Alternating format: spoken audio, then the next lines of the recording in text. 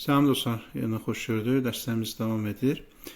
Deməli, dostlar, keçən axırıncı dərsdə biz Allahın varlığının təkliyinin isbatı ilə əlaqəli Quran ayəsini toxunduq. Xatırlayırsınızsa, biz bunu iki müstəvidə müzakirə etmişik indiyənəcən. Bundan əvvəl Allahın varlığının təkliyi mövzusu, yəni vəhdət vücud məsələsini əqli dəlillərlə əsaslandırmağa çalışdıq. İndi isə bunu nəqli dəlillərlə əsaslandırmağa çalışırıq və nəqli dəlillərdə də ilk öncə Quran ayələrindən başladıq. Ondan sonra hədislərə keçid edəcəyik. Hələ ki, Quran ayələri ilə davam edək. Deməli, növbəti ayə, isnad edəcəyimiz növbəti ayə Hədis surəsinin 4-cü ayəsidir. Bu ayənin ümumi məzmunu nədir? Bu ayənin ümumi məzmunu budur ki, insan harda olursa olsun, Allah onunla bərabərdir. Baxın, bu bərabərlik əsas istinad nöqtəsidir. Ariflər, bu nəzəriyyəni qəbul edənlər bu ayəyə istinadən deyirlər ki, Allahın hər yerdə olması onun varlığının mütləqliyinə və sonsuzluğuna işarədir. Nəyə görə? Çünki burada iki versiya var. Birinci versiya budur ki, biz Allahın hər yerdə olmasını onun elmi ilə izah edə bilərik. Lakin bu yetərli deyil. Nəyə görə? Çünki növbəti sual yaranır. Elmi ilə hər yerdədir. Zaten bu aksiyomdur, bu qəbul olunmuş bir şeydir. Çünki Allah varsa, o hər şeyi bilməlidir. Onun elmi hər şeyi əhatə etməlidir. Bu aydın məsələdir. Növbəti sual, əsas sual budur. Zatı necə? Zatı da hər yeri əhatə edir, yoxsa etmir? Ona görə ariflər deyirlər ki, bu ayə Allahın zatının da hər yerdə olduğuna dəlalət edir. Nəinki təkcə elminin hər yeri əhatə etməsinə dəlalət edir. Bu aydın olandan sonra ki, Allahın zatı hər yerdədir və hər şey əhatə edib, buradan bu nəticə çıxır ki, deməli Allahın varlığı, Allahın zatı sonsuzdur, nəhayətsizdir. Çünki o hər şeyi əhatə edibdir. Sonsuz olan, nəhayətsiz olan bir varlıq artıq şərik qəbul etmir.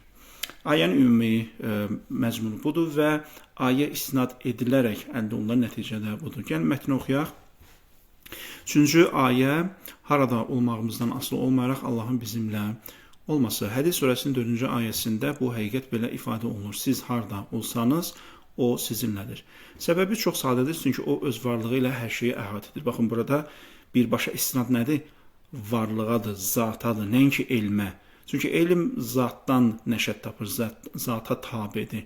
Zat hər şeyi əhatə etməsə, təbii ki, elmdə hər şeyi əhatə edə bilməz. Ona görə burada bir səbəb-nəticə əlaqəsi var. Elm hardan yaranır? Elmin mənşəyi nədir? Elmin mənşəyi o ilahi zatdır. O ilahi zat hər şeyi əhatə etdiyi üçün elm də avtomatik olaraq neyinir? Hər şeyi əhatə edir. Demək olar ki, təfsir alimləri, baxın, burada qeyd eləmişəm, təfsir alimləri adətən bunu elmə çəkirlər, elmə yozurlar. Amma burada yaddan çıxan bir nüans var. O da budur ki, elm bunu hardan əxz edir? Elm buna necə çatır? Yəni, niyə insan tutalım hər şeyi bilə bilmir? Niyə mələk hər şeyi bilə bilmir? Niyə cin hər şeyi bilə bilmir? Amma Allah hər şeyi bilə bilir. Çünki insan, cin, mələk bunlar varlığı məhduddur. Bunlar sonradan yaranıb. Ona görə onlar hər şeyi bilə bilməz, onlar hər şeyi əhatə edə bilməz. Amma Allahın varlığı hər şeyi əhatə etdiyi üçün, əzəli olduğu üçün, əbədi olduğu üçün artıq hər şeyə elmi yetir. Demək olar ki, təfsir alimlərinin hamısı ayəni izah edərkən ayədə keçən birgəlikdə məqsədin elmi birgəlik olduğunu qeyd edirlər. Təfsir alimlərinin ümumi yanaşması budur. Allah sizinlədir, harda olsanız sizinlədir. Yəni Allahın elmi harda olsanız sizi əhatə edir. Lakin Əllamə Təbatabəiyə görə bu versiya zəifdir. Onun fikrincə ayədə qeyd olunan birgəlikdə məqsəd Allahın öz varlığı ilə hər şeyi əhatə etməsidir. Yəni Allah hər yerdə, hər zərrəcikdə hazırdır. Onun varlığının əhatə etmədiyi yer yoxdur. Aydındır dostlar, Allah sizinlədir, hər yerdə sizinlədir, harda olsa sizinlədir. Bu, hardan qaynaqlanır? Allahın varlığının hər şeyi əhatə etməsindən qaynaqlanır. Bu ayə də öncəki ayələr kimi Allahın varlığının sonsuz olduğuna işarə edir. Allahın varlığının sonsuz olması isə onun varlığının tək və şəriksiz olduğunu göstərir. Baxın, bunu keçən dərslərdə də qeyd etmişəm.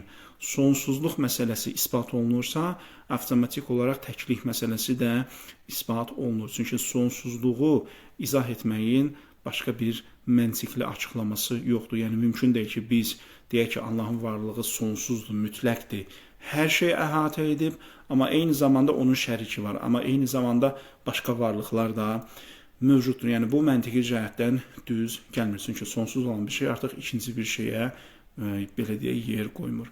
Yəni əslində tək bir varlıq var, o da Allahın varlığıdır. Bu ayənin dəlaləti də aydın olur. İndi gəlirik növbəti ayəyə, Hədid surəsinin 3-cü ayəsinə. Baxın, Hədid surəsinin 3-cü ayəsində nədir? Hədid surəsinin 3-cü ayəsində dostlar çox maraqlıdır. Bir çox zidd sifətlər bir-birinə eyni anda Allaha nisbət verilir. Məsələn, Allahın əvvəl olduğu qeyd olunur, axır olduğu qeyd olunur, aşkar və gizli olduğu qeyd olunur. Yəni bu ayə Allaha bu cür vəsf edir. Allah həm əvvəldir, həm axırdır, həm gizlidir, həm aşkardır. Bunlar zahirdə bir-birinə zidd olan sifətlərdir və adətən biz kainatdan, maddi dünyada bu sifətlərin yalnız bir hissəsinin hansısa bir insana, hansısa bir varlığa məxsus olduğunu görürük. Amma hamısı eyni anda bir insana məxsus olsun və ya bir canlıya, bir varlığa məxsus olsun, bu qeyri-mümkündür. Niyə? Çünki insan məhdud varlıqdır, maddi varlıqdır. Onu biz məsələn həm əvvəl, həm axır edə bilmərik, həm gizlin, həm aşkar edə bilmərik. Əgər insan əvvəldirsə, o da təbii ki, nəyəsə nisbətdə yaranır. İnsan nəyəsə nisbətdə əvvəldirsə, o artıq həmin şeyə nisbətdə sonra ola bilməz. İnsan nəyəsə nisbətdə gizlidirsə, həmin şeyə nisbətdə aşkar ola bilməz. Çünki onun varlığı məhduddur. Onun varlığı məhdud olduğu üçün o yalnız konkret bir pozisiyada qərar tutubdur. O konkret pozisiyadan onu təhlil edə bilərik. Əks pozisiyada o artıq mövcud deyil. Əks pozisiyada olan xüsusiyyətlər artıq ona nisbət verilə bilməz. Deməli, bu sifətlər, bu xüsusiyyətlər məhdud varlıq üçün keçərli deyil. Bu sifətləri biz ancaq nə cür bir varlığa nisbət verə bilərik? Ancaq qeyri-məhdud, sonsuz olan bir varlığa nisbət verə bilərik. Deməli, bu əslində nəyə göstərir? Bu əslində yəni bu sifətlərin hansısa bir varlığa nisbət verilməsi həmin varlığın da sonsuz olduğunu, məhdud olmadığını göstərir və həmin varlığın sonsuz, məhdud olmadığı aydın olandan sonra artıq onun təkliyi də avtomatik olaraq sabit olmuş olur. Allahın əvvəl və axır, aşkar və gizli olması, varlığın təkliyi ilə bağlı isnad olunan digər bir ayə isə yenə Hədid surəsinin 3-cü ayəsidir. Baxın, bu ayəni də siz irfan kitablarında görə bilərsiniz. Ariflərin belə deyək, isnad etdikləri ən ciddi ayələrdən biri də bu ayədir. Ayədə belə deyilir: əvvəl də, axır da, aşkar da, gizli də odur. Ayədə diqqət çəkən ən önəmli nüans bir-birinə zidd olan yönlərin bir yerdə qeyd olunmasıdır. Bayaq dediyim kimi, insan adətən kainatda yaşadığı üçün, maddi varlıq olduğu üçün o hadisələrə maddi prizmadan baxır. Çünki beyin o qədər maddə ilə, maddi hadisələrlə həşr nəşr olub ki, o artıq istər-istəməz metafizik məsələlərə, mücərrəd və abstrakt məsələlərə fikir verəndə, onları təhlil etmək istəyəndə də avtomatik olaraq bir növ maddədən qopa bilmir, çətinlik çəkir maddədən qopmağa. Ona görə bu normaldır, təbiidir ki, insan hansısa bir metafizik məsələ barədə düşünəndə maddi çərçivədən bunu belə deyək, icra eləsin.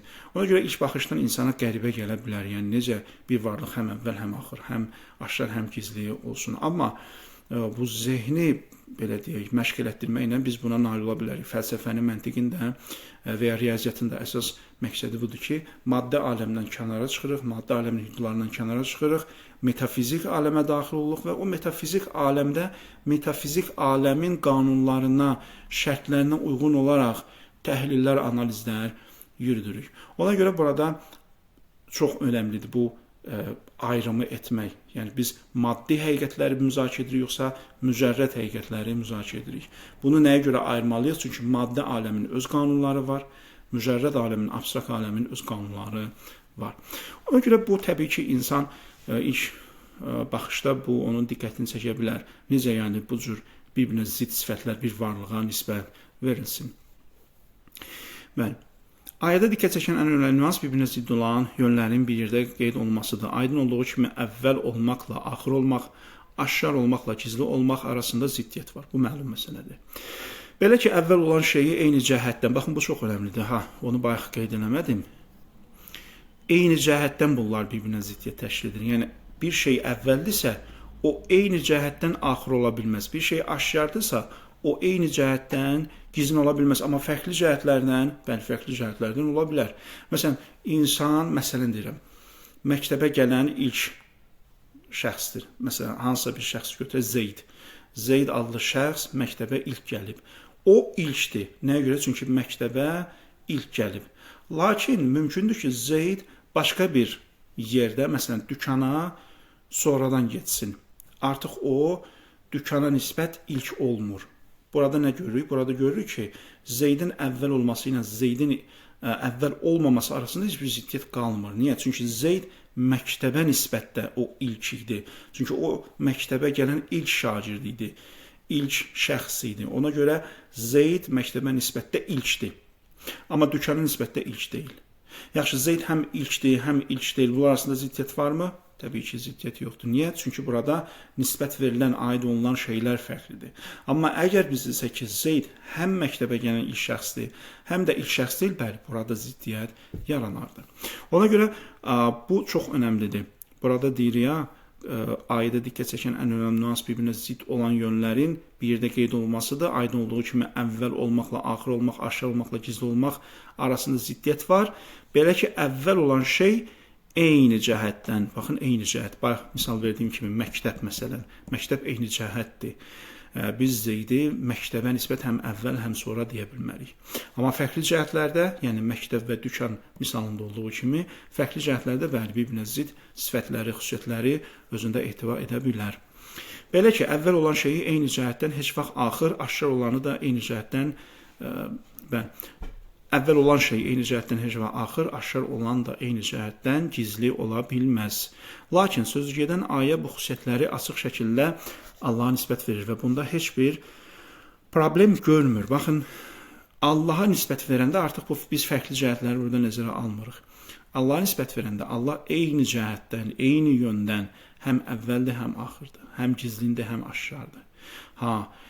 İnsana nisbət, maddi resurslara, nə bilim, maddi dünyaya nisbət, bəli, bu ziddiyyət təşkil edir. Eyni cəhətdən o əvvəl və axır ola bilməz, gizli və aşkar ola bilməz.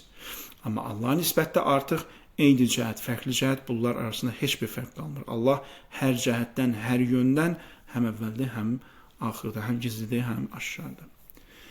Belə ki, əvvəl olan şeyi eyni cəhətdən heç vaxt aşkar, axır aşkar olanda eyni cəhət, əvvəl olan şey eyni cəhətdən heç vaxt axır aşkar olan da eyni cəhətdən gizli ola bilməz. Lakin sözü gedən ayə bu xüsusiyyətləri açıq, aşkar şəkildə Allaha nisbət verir və bunda heç bir problem görmür. Ayədə həm də bildirilir ki, belə bir özəlliyə sahib olmayan varlıq heç vaxt Allah ola bilməz. Nəinki bunda ziddiyyət görmür. Əksinə deyir ki, bunlar Allah olduğu iddia olunan varlıqda olmalıdır. Yəni o eyni cəhətdən əvvəl olmalıdır, eyni cəhətdən axır olmalıdır. Eyni cəhətdən gizli olmalıdır, eyni cəhətdən aşkar olmalıdır. Niyə?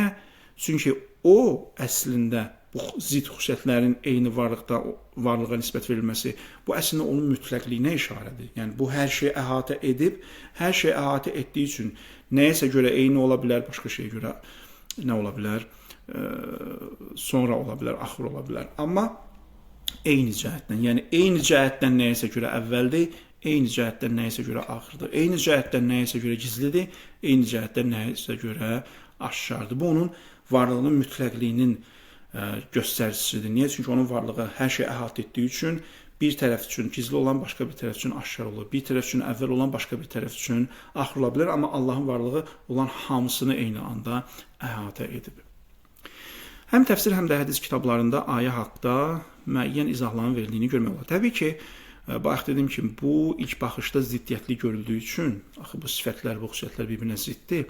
Ona görə təfsirçi alimlər, müfəssirlər çalışıblar ki, bu ayəni izah eləsinlər, məntiqli surətdə izah etsinlər ki, necə biz məntiqli bir izah verə bilərik ki, bu zidd sifətlərə bir rasional izah gətirə bilərik. Yəni, əvvəl olmaqla axır olmağı, aşkar olmaqla gizli olmağı elə məntiqli izah etmək lazımdır ki, burada Allahın varlığında bir ziddiyyət yaranmasın. Ona görə bu yozumlara biz rast gələ bilərik. Məsələn, indi gəlin o yozumlara misal çəkək. Məsələn, Allahın əvvəl olmasını onun əzəliliyinə, axır olmasını isə əbədiliyinə işarə etdiyini bildirən məlumatlar var. Bəli, təfsir alimləri deyirlər ki, Allah əvvəldir, yəni əzəlidir. Niyə? Çünki o əvvəldən var, həmişə var. bu onun əzəliliyinə işarədir. Yəni sonradan yaranmadığını göstərir. Allah axırdır, yəni o əbədiyyən var. O hər zaman olacaq. Bu axırlıq da onun zatının zaman etibarilə məhdud olmadığını göstərir. Hardasa dayanmadığını, son tapmadığını göstərir. Həmçinin Allahın aşkar olmasını onun varlığını göstərən aydın nişanələrə, gizli olmasını isə onun zatının heç vaxt olduğu kimi dərk olunmayacağına işarə etdiyini bildirən məlumatlara da rast gəlmək olur. Əvvəl-axırı bildik. Əvvəl əzəliyə işarə edir, axır əbədiliyə. Gizli aşkar necə? Aşkar Allahın varlığına dəlalət edən dəlillərin aşkar olduğunu göstərir. Yəni kainat məsələn, kainat o qədər aşkar dəlildir ki, yəni mümkün deyil ki, bir insan kainat üzərində rasional təhlillər yürüdüb Allahın varlığını tapmasın. Səbəb nəticə əlaqəsi qurub Allahın varlığını tapması. Bu o qədər aşkardır ki, yəni sanki bu kainat özü başdan ayağa öz varlığı ilə hayqırır ki, məni yaradan var, məni Allah yaradıbdır. Aydın dostlar, deməli Allahın aşkar olması nədir? Onun varlığına dəlalət edən dəlillərin aşkar olmasıdır. Ona görə ariflər hər zaman deyirlər ki, Allahın varlığının isbata ehtiyacı yoxdur. Yəni fəlsəfədəki kimi, teologiyadakı kimi biz burada konkret sübutlar, dəlillər, arqumentlər getməyə ehtiyac duymuruq. Çünki normal insan, ağlı, şuuru yerində olan insan zaten kainata baxıb, ətrafına baxıb, özünə baxıb orada Allahı rahat görə bilər. Əfilləhi şəkkun fi fətris səmavati vəl ard. Ariflərin şüarı budur. Bəm Allahın varlığında şübhə var ki, biz hələ gəlib dəlildə axtaraq. Baxın, bu ayədə ki, deyir Allah aşkardır, yəni onun varlığı aşkardır. Varlığına dəlalət edən dəlillər aşkardır. Amma gizli olması nədir? Gizli olması isə onun varlığının olduğu kimi dərk olunmayacağına işarədir. Çünki varlıq mütləqdir, insan isə məhdud. Məhdud olan mütləq olanı heç vaxt dərk edə bilməz. Məhdud olan mütləq olanın yalnız müəyyən hissəsini dərk edə bilər. Təbii ki, burada müəyyən deyəndə maddi olaraq müəyyənlik nəzərdə tutulmur. Burada məlumat olaraq müəyyənliyi nəzərdə tutulur. Məsələn, biz kosmosun hamısını dərk edə bilmərik. Kosmos haqqında tam kamil məlumat əldə edə bilmərik. Buna hələ ki bizim məlumatlarımız imkan vermir. Niyə? Çünki kosmos insana nisbət daha geniş bir anlayışdır. Bəlkə də sonsuzdur. Əgər sonsuzdursa, təbii ki, insan heç vaxt o sonsuzu dərk edə bilməz. O ki, qaldı bu Allah olsun. Allah əgər sonsuzdursa, təbii ki, o heç vaxt dərk oluna bilməz olduğu kimi, tam, əhatəli şəkildə. Aynı dostlar. Ona görə bu ayədə ki, deyir Allahın varlığı həm də gizlidir, yəni Allahın varlığı mütləqdir, mütləq olduğu üçün onu olduğu kimi dərk edə bilmərik. Onun mütləq həqiqəti insan ağlına nisbətdə onun dərki qeyri-mümkündür, bu cəhətdən gizlidir. Və bu irfan ədəbiyyatında da var ki, ariflər deyirlər ki, mütləq qeyb nədir? Mütləq qeyb Allahın zatıdır. Ona görə o zatı vəsf edəcək heç bir sifət yoxdur, ancaq Allah ismidir ki, o zatı vəsf edə bilər. Amma digər isimlər, o isimlər Allahın zatının müəyyən bir, belə deyim, bunu təbii ki, məcazi mənada deyirəm, müəyyən bir hissəsini dərk edə bilir. Məsələn, rəhmət sifəti ancaq onun rəhmətini, nə bilim, muhyi sifəti, dirildən sifəti onun ancaq bu hissəsini, nə bilim, öldürən sifəti başqa bir hissəsini və s. Sifətlər haqqında danışmışıq, ona görə təkrar etməyə ehtiyac görmürəm. Xülasə, müfəssirlər, təfsir alimləri bu ayəni gəlib bu cür izah etməyə çalışırlar ki, bu ayələrdən baxmayaraq ki, zahirdən ziddiyyətli sifətlər qeyd olunur, amma bu ziddiyyətli sifətlərin işarə elədiyi müəyyən mənalar var. O mənalara nə etmək lazımdır? Vurğu eləmək lazımdır. Lakin ariflər deyirlər ki, xeyr, bəli, bu deyilənlər doğrudur. Allahın əvvəl olması, onun əzəlliyinə, axır olması, əbədiliyinə, gizli olması, onun zatının heç vaxt dərk oluna bilməyəcəyinə olduğu kimi, aşkar olması varlığına dəlalət edən dəlillərin aşkar olduğuna dəlalət edir. Bunlar müəyyən mənada özlüyündə doğrudur. Lakin bu ayənin ariflərə görə çatdırmaq istədiyi daha geniş, daha əhatəli, daha kamil bir informasiya var, məlumat var. O nədir? O da Allahın bu ayələr vasitəsilə varlığının sonsuz, mütləq və tək olduğuna işarə etməkdir. Ona görə ariflər nə deyirlər? Deyirlər ki, bu məlumatlar doğrudur, lakin ariflərə görə bu deyilənlərin fövqündə dayanan alternativ bir izah da var. Quran ayələri fərqli düşüncə tutumunda olan insanlara xitab etdiyi üçün onun ayələri barədə fərqli, eyni zamanda daha dərin izahların verməsi olduqca təbiidir. Baxın dostlar, bu çox önəmli məsələdir. Bu hərdən hədislərimizdə də Quranın ayələrində batinin olmasına dair hədislərdən də bunu başa düşmək olur.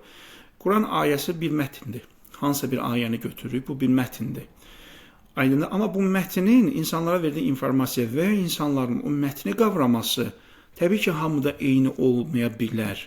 Vahid mətindir, amma insanların o mətndən anladığı məna fərqli ola bilər. Bir insan gəlir o mətndən, məsələn, ibtidai səviyyədə bir məna kəşf edir özündə, başqa biri gəlir ondan daha üstün və daha dərin bir məna anlayır və başqa biri, məsələn, Peyğəmbər İmam daha dərin mənalar oradan çıxarış edə bilər. Ona görə burada ziddiyyət yoxdur. Yəni nə? Yəni ayə ki oxuduq, Allah əvvəldə, axırda, gizlidə, aşkardır. O müfəssirlərin, təfsir alimlərinin verdiyi izahlar doğrudur. Allahın əbədi, əzəl olmağına işarə edir. Bunlar doğrudur. Amma bu o demək deyil ki, bu ayənin yeganə təfsiridir. Ariflər gəlirlər, onlarda olan o intuitiv biliyə əsaslanaraq oradan daha dərin çıxarışlar edirlər, daha dərin mənalar üzə çıxarırlar. O da Allahın varlığının təkliyidir. Odur ki, Quran ayələrini hansısa düşüncə tutumu səviyyəsi ilə məhdudlaşdırmaq yanlışdır. Yəni, bu metod yanlışdır ki, biz gəlib deyək ki, bu ayənin mənası budur və ikinci, üçüncü başqa bir alternativ izah verilə bilməz. Ayənin yalnız bir mənası var və salam. Xeyr, bu yanaşma nədir? Yanlışdır. Ayənin bir mətnindən bir neçə məna çıxara bilərik. Təbii ki, bunun da şərti var. Şərti nədir? Şərti budur ki, bu mənalar bir-birindən ziddiyyət təşkil etməsin, Quranın ümumi məntiqinə zidd olmasın. Təbii ki, mətn elə bir şeydir ki, bunu manipulyasiya eləmək olar, bunu səhv yozmaq olar, amma Quran üzərində bunu eləmək olmaz, bu icazəli deyil. Məsələn, tutalım, adam gəlir, ayəyə isnad edərək deyir ki, Quranda ki, namaz qılma. Bu, yəni, belə bir hekayə rəvayət olunur. Birinə gəlib dedilər ki, niyə namaz qılmırsan? Dedi ki, Allah deyir ki, namaz qılma. Deyir, Allah harada deyir namaz qılma? Deyir, Quran ayəsi deyir ki, la taqrabu's-salə, namaza yaxınlaşmayın. Və ona cavab verirlər ki, yox, o ayənin ardında var axı. Deyir, la taqrabu's-salə və entum sukara. Şərab içdiyiniz halda, sərxoş halda ayə deyir ki, namaza yaxınlaşmayın. Baxın, bu artıq mətni nə deməkdir? Manipulyasiya eləməkdir, mətni yanlış izah eləməkdir. Bu cür, yəni, manipulyasiya mümkündür. Mətn üzərində, xüsusən metafizik mətnlər üzərində bu cür oyun oynamalar mümkündür. Ona görə o ki, hədislərdir və ya alimlər vurğularlar ki, bir ayənin batində bir neçə mənası ola bilər, manipulyasiya olmamalıdır burada. Yəni, məntiqi və rasional dəlillərə əsasən olmalıdır o çıxarışlar. Yəni, heç kim gəlib keyf istədiyi kimi mətndən məna çıxarmamalıdır. Belə, ariflərə görə ki, sözü gedən ayədə bir-biri ilə ziddiyyət təşkil edən anlayışların heç bir yozuma ehtiyac duymadan vahid bir obyektdə toplaşdığını dəstəkləyən yeganə düşüncə varlığın təşkili düşüncəsidir. Baxın, ariflər nə deyirlər? Ariflər deyirlər ki, o ki, ayə bir-birinə zidd xüsusiyyətləri vahid bir varlığa, yəni Allaha nisbət verdi. Əvvəlki rəy buydu ki, müfəssirlərin, təfsir alimlərinin dediyi rəy budur ki, burada biz cəhətləri, yönləri fərqləndirməliyik. Yəni, Allah əvvəldir bir cəhətə görə, axırda başqa bir cəhətə görə. Gizlindir bir cəhətə görə, aşkardır başqa bir cəhətə görə. Lakin ariflər deyirlər ki, xeyr. Onlar öz yerində, amma bunları eyni anda da yenə də Allaha biz nisbət verə bilərik. Amma onun şərti nədir? Onun şərti vəhdət vücud nəzəriyyəsidir. Onu qəbul etməkdir. Çünki eyni cəhətdən bu zidd xüsusiyyətləri yeganə varlığa, tək varlığa, eyni varlığa nisbət verməyin tək yolu vəhdət vücud nəzəriyyəsini qəbul etməkdir. Bu düşüncəyə əsasən varlıq tək və şərksiz olduğu üçün sonsuzdur, hüdudsuzdur. Buna görə də ona həm əvvəl və axır olmağı, həm də aşkar və gizli olmağı nisbət vermək olar. Bu kontekstdə artıq bu məna tapır. Yəni, vəhdət vücud nəzəriyyəsi kontekstində bu zidd sifətləri bir vahid varlığa eyni cəhətdən nisbət vermək artıq məna tapır. Çünki bu anlayışların işarə etdiyi yeganə həqiqət varlığın sonsuzluğudur. Baxın, bu xüsusiyyətləri ki, biz Allaha nisbət veririk, bir-birinə zidd olan xüsusiyyətləri Allaha nisbət veririk, bu ancaq harda məna tapır? Varlığın sonsuzluğu və təkliyi konsepsiyasında, kontekstində məna tapır. Əllamə Təbatabai bu deyilən izahı nəzərə alaraq ayədə qeyd olunan özəlliklərin Allahın mühit sifətindən doğan xüsusiyyətlər ola biləcəyini, baxın, çox önəmlidir. Əllamə Təbatabai deyir ki, Allahın həm əvvəl, həm axır, həm gizli, həm aşkar olması onun hansı xüsusiyyətindən, hansı ismindən doğur? Mühit, hər şeyi əhatə edən xüsusiyyətindən doğur. Çünki bayaq da izahını verdim, Allah hər şeyi əhatə edib, nəyəsə görə, baxın, Allah nəyəsə görə, o burada həmin şeylərdir, o şeylərə nisbət gizlindir, nəyəsə görə. Məsələn, indi daha aydın bir nümunə verim. Məsələn, mələklər və insanlar. Mələklərin dərki ilə insanların dərki eyni deyil. Mələklərin gördüyü həqiqətlərlə insanların gördüyü həqiqət bir deyil. Allah onun hansısa bir xüsusiyyətləri mələklərə görə aşkardır, insana görə gizlidir. Baxın, burada nisbilik Allahın zatında deyil. Yəni Allah nəyəsə görə nisbidir, belə deyil. Allah nəyəsə görə aşkardır, nəyəsə görə gizlindir, belə deyil. O zat olduğu kimi vahiddir, təkdir, mütləqdir, əbədidir, əzəldir və salam. Burada heç bir nisbilikdən söhbət gedə bilməz. Amma insan və mələk, onların dərki və şuuru məhdud olduğu üçün insana nisbət aşkar olan şeylər və ya insana nisbət gizlin olan şeylər başqa bir varlıq üçün aşkar və ya gizlin ola bilir. Deməli, burada mələk üçün bəzi şeylər aşkardır. Amma eyni şeylər insan üçün nədir? Gizlindir. Burada nisbilik mələyin və insanın məhdud idrakından doğur, Allahın zatından doğmur. Bayaq ki, misal verdim, Zeyd. Məktəbə nisbət ilk gəlir, amma dükana nisbət sonra gəlir. Burada nisbilik Zeydin varlığının məhdudiyyətindən qaynaqlanır. Çünki Zeyd eyni anda həm məktəbə əvvəl, həm sonra gələ bilməz. Niyə? Çünki varlığın məhdudluğu buna imkan vermir. Amma Allahda bu cür deyil. Allahın varlığında problem yoxdur. Problem insanların və ya mələklərin o düşüncələri arasında olan bu tutumun fərqindədir. Ona görə buradakı Əllama Təbatabai deyir, bu xüsusiyyətlər Allahın varlığının mütləqliyindən, mühit olmasından, hər şeyi əhatə etməsindən qaynaqlanır. Buradakı problem varlıqlara qayıdır, yaranmışlara qayıdır.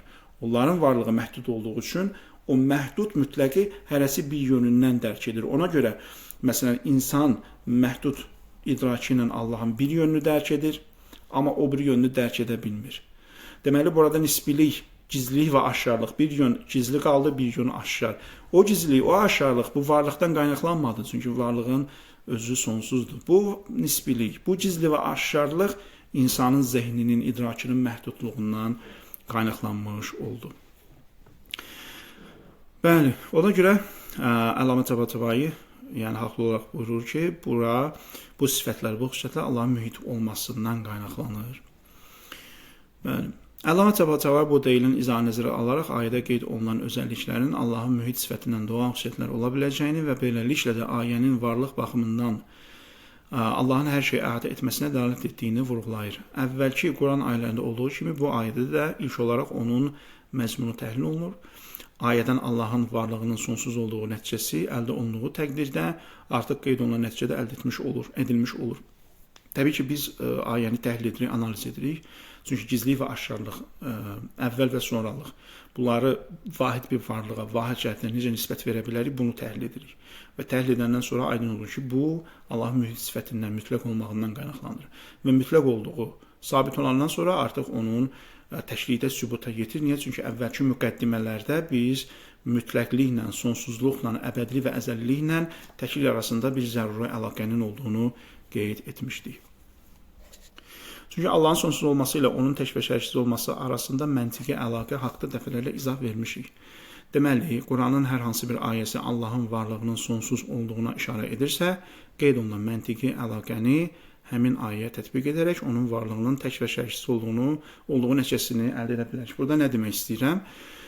Deməli, biz əvvəldən belə bir müqəddimə qurmuşuq ki, sonsuzluq, hüdudsuzluq, bununla təklik arasında bir zəruri məntiqi əlaqə var. Bir şey sonsuzsa, hüdudsuzsa, o artıq onun tək olduğuna dəlalət edir.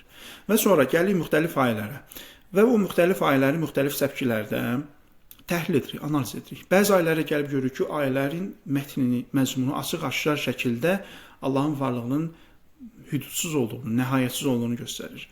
Elə ki, bu nəticəni aldıq, avtomatik nə edirik? Həmin qaydanı gətiririk, buna tətbiq edirik. Həmin qayda nə idi? Allahın varlığının hüdudsuzluğu ilə təklik arasındakı əlaqə. Hansısa bir ayədə Allahın varlığının hüdudsuz olduğu aşkar olandan sonra həmin məntiqi qaydanı gətirib buna tətbiq edirik. Və nəticə nə olur? Nəticə bu olur ki, Allahın varlığı təkdir və onun şəriki yoxdur. Yəni, onun varlığının tək və şərksiz olduğu nəticəsini əldə edə bilərik. Sonra müddianın lehinə isnad etdiyimiz ayələrin dəlaləti ilə bağlı onu qeyd edək ki, qeyd olunan Quran ayələri müddianı birbaşa deyil, dolayı yolla təsdiqləyir. Dolayı yol dedikdə onu nəzərdə tuturam ki, varlığın təkliyi konsepsiyasına əqli dəlillər olmadan birbaşa Quran ayələrindən başa düşmək bir qədər çətindir. Və dostlar, burada bu mətn izahı nədir? Bu mətn izahı budur ki, Quran ayələrinə istinad edirik. Deyir ki, məsələn, Quran filan ayəsi, Fəhmən ayəsi Allahın varlığının təklilinə dəlalət edir. Baxın, buradakı dəlalət birbaşa dəlalət deyil. Yəni nə? Yəni ayənin məzmunu o qədər aşkar deyil ki, biz deyək ki, istənilən insan bunu oxuyub bu dediyimiz nəticəyə gələ bilər. Xeyr, bu belə deyil. Ayənin məzmunu bir qədər qapalıdır. Təbii, yəni bu qədər aşkar olsaydı, təbii ki, ixtilaf yaranmazdı, fikir ayrılığı yaranmazdı. Deməli, ayənin mətni o qədər aşkar deyil ki, istənilən insan gəlib onu mütaliə edəndə oradan vəhdət vücud nəzəriyyəsini çıxarsın. Xeyr. Burada köməkçi dəlillərdən biz istifadə edirik. Köməkçi dəlillər nədir? Əvvəldə qeyd etdiyimiz rasional dəlillər. Deməli, Quran ayələrini təhlil edərkən əlimizdə başqa köməkçi dəlillər də var və həmin köməkçi dəlillərdən istifadə edərək bu ayələrdən neynirik? Bu nəticəni çıxarırıq. Burada ki, qeyd eləmişəm, Quran ayələri bu nəticəyə birbaşa dəlalət eləmir. Məqsədim budur. Birbaşa dəlalət etməməkdən məqsədim budur ki, o ayələrə baxıb birbaşa biz vəhdət vücud nəzəriyyəsini çıxara bilməliyik. Amma köməkçi dəlillərin vasitəsilə bəli, bu nəticə çıxır və bu da normaldır. Yəni, bunu təkcə vəhdət vücud nəzəriyyəsində deyil, başqa şeylərdə də biz Quran ayələrinə tətbiq edirik, hədislərə istinad edirik, əqli dəlillərə istinad edirik. Məsələn, tutalım, Quran deyir ki, Allah qiyamət günü gələcək. Əgər biz təkcə mətnə baxsaq, mətn Allahın fiziki gəlməyindən, zahiri budur ki, fiziki gəlməyindən bəhs edir. Amma bizim əlimizdə başqa köməkçi dəlillər var, rasional dəlillər var. O nədir? O Allahın zatının mücərrəd olması, abstrakt olması, maddi olmamasıdır. Həmin mücərrəd, həmin rasional dəlillərdən istifadə edərək bu ayəni artıq fərqli formada təfsir edirik və deyirik ki, buradan Allahın maddi olması, məkanda olması çıxarıla bilməz, bu nəticəyə varıla bilməz. Əksinə, həmin köməkçi dəlillərin vasitəsilə biz dərk edirik ki, burada məqsəd, bu ayədə məqsəd Allahın varlığının fiziki olaraq gəlməsi deyil, onun hökmlərinin məsələn gəlməsidir. Niyə? Çünki onun varlığı mücərrəddir, o məkandan belə deyək, uzaqdır. Məkandan uzaq olan bir şey, zamandan uzaq olan bir şey necə hərəkət edə bilər? Necə hansısa bir məkana doğru istiqamət ala bilər? Aydın dostlar, ona görə bu normal bir şeydir. Yəni, Quran təfsirində insanın köməkçi dəlillərdən istifadə etməsi, bu köməkçi dəlillər, rasional dəlillər, məntiqi dəlillər ola bilər, fəlsəfi dəlillər ola bilər, hədislər ola bilər və s. Ona görə burada yəni, qəribsəniləcək bir şey yoxdur, qəribsəyəcəyimiz bir şey yoxdur, burada qeyri-adi bir şey yoxdur. Yəni, bizim ənənəvi üsluba zid bir şey yoxdur. Çünki bizim bəzi kəlam alimlərimizdə bunu təkidlə vurğulayıblar ki, ağılla nəqli dəlillər ziddiyyət təşkil etsə, o zaman ağlın lehinə yozum etmək lazımdır. Bax, dedim, ayədə buna dəlildir. Ayənin zahirindən belə başa düşür ki, Allah qiyamətdə gələcək, amma ağıl nədir? Ağıl deyir ki, Allah cism ola bilməz. Ona görə burada nə edirik? Ağıl, burada hakim qərar veririk. Ağıl deyir ki, bu ayə Allahın əmri və s. Yəni, onun şərinə uyğun şəkildə yozulmalıdır. Onu fiziki, maddi varlıq olaraq təsvir etmək burada nədir? Yanlışdır. Bəli, çünki həmin ayələr fərqli yozumlara tabi tutula bilər. Ona görə burada birbaşa dəlalət etmir mətləbə. Lakin həmin ayələri qeyd olunan əqli dəlillərin işığında oxuduqda ayələrlə əqli dəlillərin arasında heç bir ziddiyyətin olmadığını, sözü gedən ayələrin əslində ağlın dərk etdiyi və qəlbin mükaşifə etdiyi şeyi, yəni varlığın təkliyini təsdiqlədiyini görürük. Bu nüansı ona görə qeyd etdim ki, varlığın təkliyini əsaslandırarkən Quran ayələrinə istinad edən biri qeyd olunan əqli dəlilləri başa düşdükdən sonra onu yaxşı dəhlil edə bilər. Yəni, o demək deyil ki, biz burada qeyd elədik ki, Quran da buna dəlalət edir. İstənilən Quran oxuyan bu nəticəni çıxara bilər. Xeyr. O insan bu nəticəni çıxara bilər ki, əvvəl o dediyim rasional dəlilləri yaxşı dərk eləsin, qavrasın, qane olsun. Ondan sonra həmin dəlillərin vasitəsilə Qurana yaxınlaşanda, Quranı təhlil eləyəndə, oradan bu nəticələri çıxara bilər. Amma həmin dəlillərə qane olmayan, həmin dəlilləri qəbul etməyən bir insan təbii ki, heç vaxt Quran bu ayələrindən o nəticəni çıxara bilməz. Necə ki, o dediyim qaydanı qəbul etməyən bir insan da gəlir Quranda Allahın hərəkət etməsini, onun cism olduğuna yozur, məsələn, və ya Allahın ərşə istiva etməsini, ərşə qalxmasını, onun məkanda olmasına yozur. Yəni, bu demək deyil ki, mən Allahın cism olmadığını əvvəlcədən rasional dəlillərlə isbatlayıb, sonra aya yaxınlaşanda oradan başqa məna başa düşürəmsə, deməli, hamında eyni mənanı başa düşəcək. Belə bir şey yoxdur. Ona görə bunu qəribsəməmək lazımdır ki, bir insan gəlib desin ki, o necə olur, sən o ayəni oxuyursan, oradan vəhdət vücud nəzəriyyəsini başa düşürsən, amma mən oxuyuram, tamam başqa məna başa düşürəm. Bu normaldır yəni. Buna yəni onlarla, yüzlərlə ayə misal çəkmək olar ki, sən ondan bir şey başa düşürsən, mən və ya başqası başqa bir şey başa düşür. Aydın dostlar? Bu Quran ayələri idi. Allahın varlığının təşkiyinə dəlalət edən dəlillərdən Quran ayələri idi. İnşallah növbəti dərsdən hədislər haqqında danışacağıq ki, hədislərdə də hansı dəlillər mövcuddur. Bu günü bu qədər. Ümid edirəm aydın oldu. İnşallah